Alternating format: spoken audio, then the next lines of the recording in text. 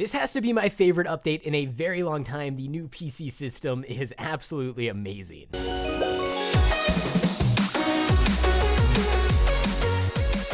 Hey, what's going on, guys? It's Wispin here, and welcome back to another Pixelmon 7.0 update showcase. Today, we're going to be taking a look at all of the changes that have been made to the PC system in the 7.0 update. There's actually quite a lot to cover, which is why I decided to make this its own video. It's really cool stuff, and actually probably one of my favorite new additions to Pixelmon 7.0. I think I might actually like this better than the Generation 7 Pokemon.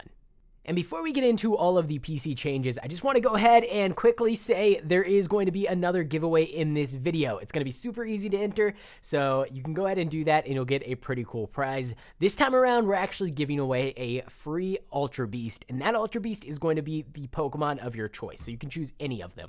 All you have to do to enter is subscribe to the channel, leave a like on this video, and comment down below with your Minecraft username as well as which Ultra Beast you would like, and as soon as we update the Poke Central Network to 7.0, which should happen sometime in the next week or so, I will make sure to select a random winner and announce it in a future video. With that out of the way, let's get into Pixelmon PCs in 7.0. So I have a couple of things set up here. First, this is just the crafting recipe. So all you need to do is get some aluminum plates, a redstone lamp, a redstone dust, and then a glass pane. Now, in order to get these aluminum plates, if you're new to Pixelmon, you have to actually mine bauxite, which can be found underground, just like all of the other ores in the game. You smelt those down, you're going to get aluminum ingots, and then you can actually hammer those out on a Pixelmon anvil, and you'll get these aluminum plates. You can find all of that information over on the Pixelmon wiki. If you just Google it, it should pop up pretty easily. But that is the crafting recipe there, and that will give you one PC block. Now, you can actually change the color of your PC using different dyes. So I'm using a resource pack, so these have different custom textures, but these are just regular Minecraft dyes, and we can go ahead and test them out. All you have to do is take the dye and right-click your PC, and it'll actually change the color, and you can change it to any color you want. That looks pretty cool. Now, I do just have all of the dyes here, but you can also use cocoa beans to make it brown. You can use lapis to make it blue, and there's a few other ones that I don't have here in the chest. I'm actually missing red. I'm missing actually quite a few colors. But that's enough of that. That stuff is all old. That's been in the game for a while. I just felt it would be a good place to show it off in case people aren't aware. Let's jump into the PC and take a look at all of the brand new amazing features in this version of Pixelmon. So right off the bat, you will notice the PC looks completely different. There's a couple of small little things that you can actually do that make your experience using the PC a whole lot better. So just like with a Minecraft chest, you can actually hold down Shift and click on a Pokemon, and it will quickly transfer it between your hotbar and the PC box. So instead of having to click and drag it all the way down here, you can just Shift click and it'll move it back and forth between the first open slot in your party and the first open slot in the PC. Now, you'll notice down here in the bottom right corner, there's actually 3 different icons. The first icon refers to searching, the second one refers to renaming the PC box, and the third one refers to the wallpapers of the PC box. So they also should show which key you need to press to access them. So let's go ahead and start things off with the search function, which is my favorite feature in this version of Pixelmon. So if we go ahead and click S on our keyboard, it's going to go ahead and change the PC box. All your Pokemon will disappear, and it'll open up a special little box here, and you'll have a place where you can type. Now, if you begin to type a Pokemon's name, for example, if we type in Solgaleo, there we go, it's going to pop up right there. And this works for every single Pokemon. So we can pull up Litten, which I have a bunch of in my PC, and you can go ahead and see all of the different Littens that you have. And it does work for literally every single Pokemon. So if we just type A, that'll show any Pokemon that has an A in it. And if we go ahead and type, let's just pick a random letter N, then that's going to show any Pokemon that has an A that's followed by an N. So you can see here, it's not necessarily the first letter in the Pokemon's name. It's just anywhere in the Pokemon's name, which is really helpful because if you don't know exactly how to spell things, you can usually still find them in the PC.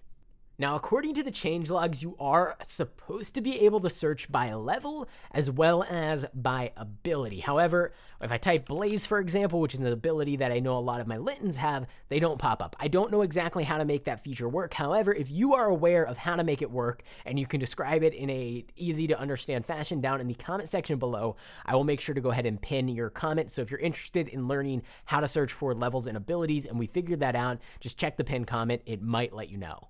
In order to actually exit out of this box here, you just click the escape key on your keyboard and it'll bring you back to your regular PC box.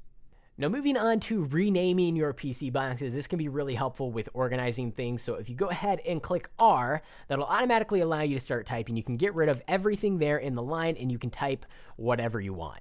So however you want to name your boxes, organize your PC, you are free to do that.